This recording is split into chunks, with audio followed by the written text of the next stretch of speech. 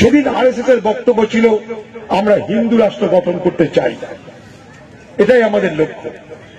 আর ভারতবর্ষে যারা মুসলমান তাদেরকে দ্বিতীয় শ্রেণীর নাগরিকে রূপান্তরিত করতে চাই, দরকার হলে তাদের ভোটের অধিকার কেড়ে নিতে চাই, এটা ছিল আরএসএস এর বক্তব্য।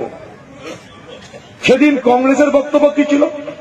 আমরা ভারতবর্ষকে ধর্মনিরপেক্ষ রাষ্ট্র বানাতে চাই, আমরা ভারতবর্ষের সব ধর্মের মানুষের সমান অধিকার চাই, আমরা ভারতবর্ষের সকলের যারা যারা অ্যাডাল্ট অর্থাৎ যারা পূর্ণাঙ্গ বয়সের, আমরা প্রত্যেকের ভোটাধিকার চাই, আমরা ভারতবর্ষে গণতন্ত্র চাই, আমরা ভারতবর্ষে প্রজাতন্ত্র চাই।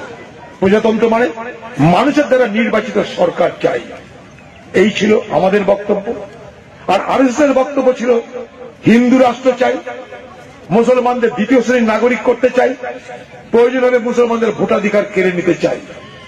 ফারাকটা এই জায়গাটা। তাহলে কি দাঁড়াচ্ছে? 100 বছর পর আজকেও আরএসএস কি বলছে? হিন্দু রাষ্ট্র চাই। আরএসএস কি বলছে? মুসলমানদের অধিকার কেড়ে নাও। আরএসএস কি বলছে? ওয়াকফ সম্পত্তি কেড়ে নাও। আরএসএস কি বলছে? মুসলমানদের ব্যক্তিগত আইন যাচ্ছে কেড়ে নাও। কংগ্রেস কি বলছে? ধর্মনিরপেক্ষ রাষ্ট্র দাও। কংগ্রেস কি বলছে? সংবিধান রক্ষা করতে চাই।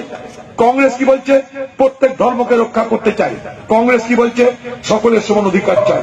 তাহলে 100 বছর আগে কংগ্রেস যা বলেছিল, 100 বছর পরেও কংগ্রেস তা বলছে।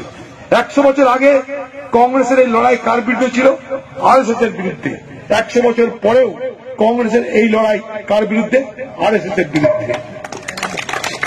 শুধু এই জায়গাটা আপনারা বোঝার চেষ্টা করুন।